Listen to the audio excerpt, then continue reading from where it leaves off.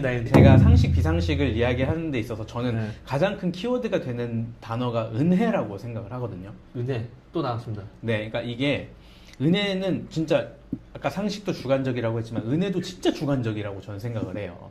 근데 정말 힘든 어떤 상황을 겪고 있는 이 사람한테 뭔가 기도를 통해서 하나님께서 일하실 것들을 얘기하고 그것들이 자기는 그걸 경험해서 그걸 은혜라고 만약에 표현을 했어요. 근데 저 사람 입장에서는 나는 똑같은 상황인데 뭔가 이루어지지 않았어. 그럼, 그럼 나한테는 은혜가 없는 건가? 라고 1차적으로 생각을 하게 될 거고, 그러니까 똑같은 상황을 사람들이, 그러니까 똑같이 어려운 상황들을 사람들은 다 살아갈 텐데 누구는 해결됐다는 걸로 은혜라고 하고 누구는 해결되지 않았는데 그걸 은혜라고 하고, 이걸 그러니까 어떤 뭔가 일반화할 수 없는 거죠, 이 은혜가. 그런 맥락에서는.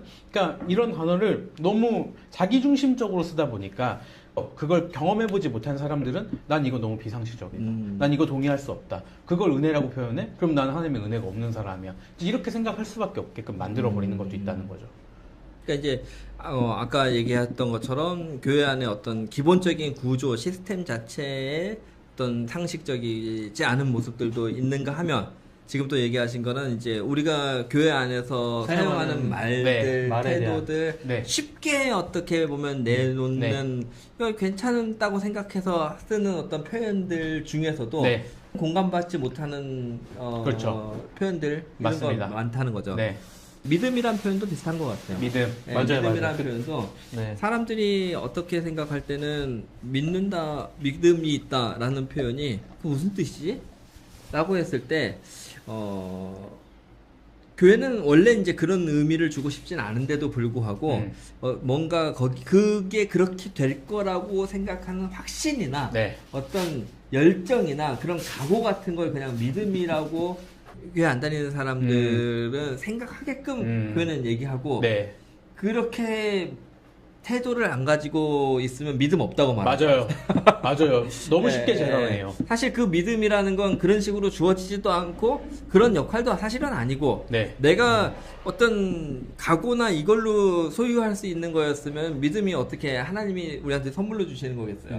그렇죠. 그런 것 자체가 아닐 텐데도 불구하고 그럼 이제 내 의지로 매달려서 이루어내는 거랑 똑같은 거죠. 믿음은 사실은.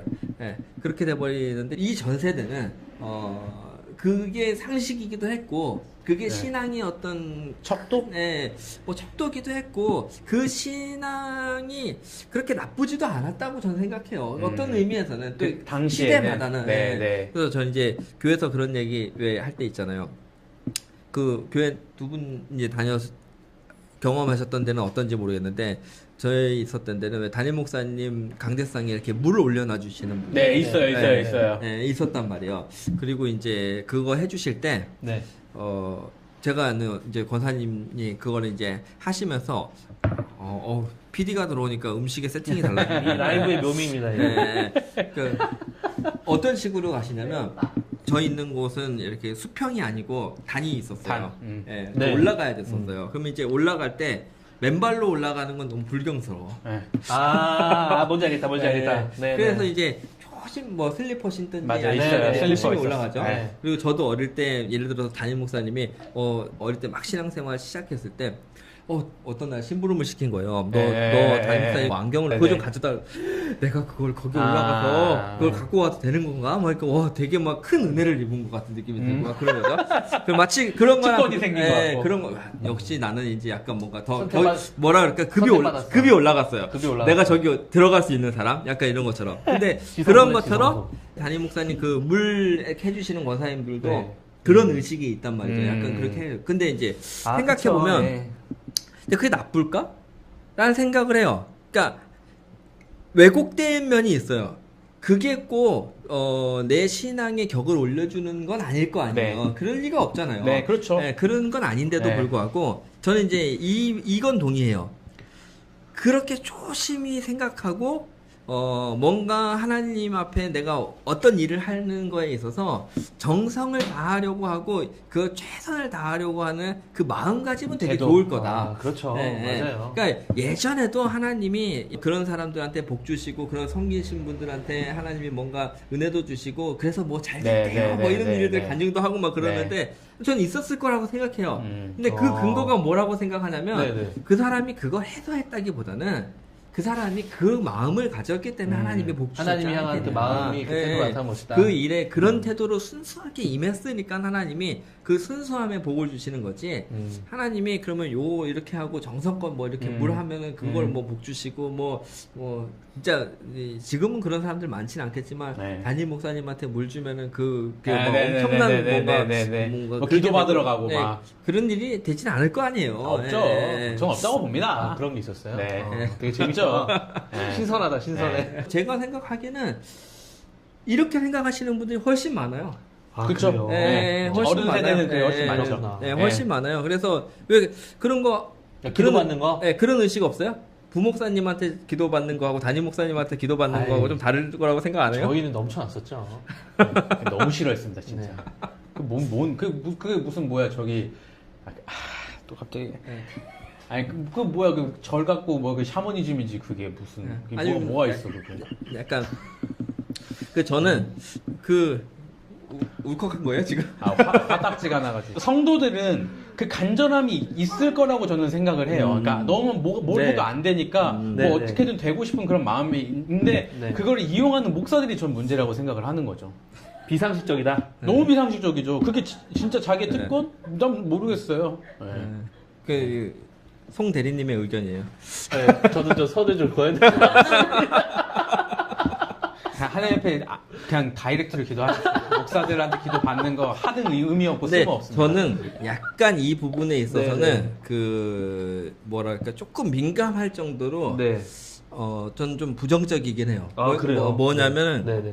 그러니까 성도들의 입장에서는 전 충분히 그럴 수 그럴 있다고 수 있죠. 생각해요. 네. 왜냐하면 우리가 이제 저도 한 사람의 절박한 상황에 있는 그렇죠. 사람으로서 생각하면 네. 지푸라기라도 잡고 싶은 맞습니다. 마음이 있어요. 그렇죠. 그러니까 이거보단 저게 나을 것 같고 조금이라도 어떻게 하면 더 왜냐면 내 간절하고 맞아요. 어려운 상황에서는 뭔가 이성적인 판단이나 안 돼요, 이거보다는 안 돼. 막 네, 해결하고 맞아요. 싶고 진짜 빨리 부스러기만이라도 그런 거예요. 바라는 네. 사람들이에요. 근데 예를 들어서 이제 목회자의 입장에서는 그런 어떤 대상들을 대할 때 당신의 간절함과 그 어떤 절박함에 하나님이 정말 귀 기울이시고 계시다는 것을 직면하게 해주는 방법이 있는가 하면 그 사이에 내가 설 수 있는 그치. 여지가 너무 많거든요. 맞아요. 그렇구나. 그 간단한 그 말만 바꿔도 이게 큰 차이라고 생각하거든요. 네. 하나님이 당신의 이 기도를 들어주실게요라고 네, 말할 네, 수도 네. 있지만 그래서 내가 기도해줄게요 맞아요, 라고 맞아요, 말하면 맞아. 네. 그럼 너무 다른 차이예요. 맞아요. 그 중보자가 예수가 아니라 본인이 네. 돼버리는 거예요.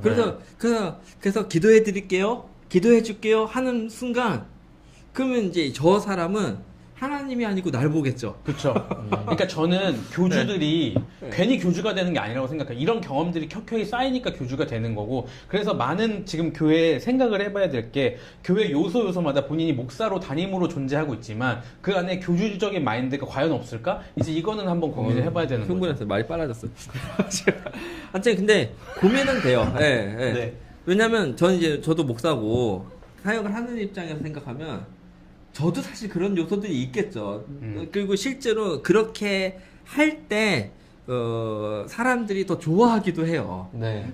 더 반응해주기도 하고 또 눈에 보이니까 어떻게 보면 현실감이 있으니까. 그 오가는 어떤 나를 더 우쭐하게 만들어주는 설교할 때 그런 게 얼마나 많겠어요. 그런 표현이라든지 찬양 인도할 때 그런 게 얼마나 많아요. 근데 거기에 되게 조심해야 된다고 생각해요. 예. 맞아요. 그러니까 목사로서는 그게 상식이라고 저는 생각해요. 맞아요. 예. 공감합니다. 예. 그게 그러니까 하나님 앞에서 목사로서의 나의 상식인 거고. 네. 근데 한 사람의 성도로서의 상식은 또 다를 수는 있겠죠. 그쵸. 예. 왜냐면 하나님이 구약에도 보면 정말 말도 안 되는 어떤 방법으로 하나님 앞에 나아가거나 네네네. 선지자 앞에 나아가는 거를 그냥 저것도 들어주셔? 이것도 해주셔? 뭐 이런 것들도 있잖아요. 맞아요. 근데 엄격하게 하나님이 하나님의 법을 안 지켰을 때 단호하게 처신하 대하시는 대부분의 대상들은 어떤 의미에서는 선지자들이고 맞아요. 어떤 의미에서는 이제 목회자들의 역할을 그러네요. 하는 사람들이라고 네. 봐야 되는 것 네. 같아요. 그러니까 네.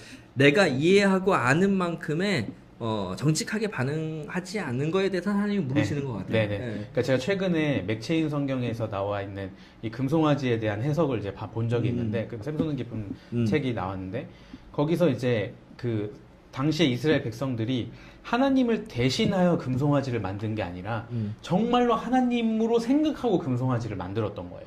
그러니까 인간은 인간의 연약함과 나약함은 어쩔 수 없이 눈에 보이는 무언가에 매달릴 수밖에 없고 네. 나의 문제를 그 눈에 보이는 무언가가 해결해 줄 수 있다고 생각하기 때문에 그걸 만들어낸 거죠. 네. 그러니까 그게 인간의 본성이고 인간의 속성인 거예요. 근데 그걸 이용하는 사람들이 나쁘다고 저는 생각을 하는 거죠. 그런 맥락에서. 맞아요. 그런 것 같아요. 약간 어떻게 보면은 이제 우리가 근본적으로는 종교성이라는 걸 지니고 있고, 맞아요. 그래서 하나님을, 맞아요. 그러니까 신앙적으로 말할 때는 하나님을 알고자 하는 그 씨앗이 우리한테 다 심겨져 있는 네. 거고, 네. 세상적으로 말하면 종교성이 있는 건데, 네. 그걸 가지고 교회 안에서 우리가 이제 정직하고 건강하게 어떻게 보면 자신의 어떤 역할이라고 생각하고 그 역할들을 하느냐, 네, 이건 굉장히 상식적인 문제고.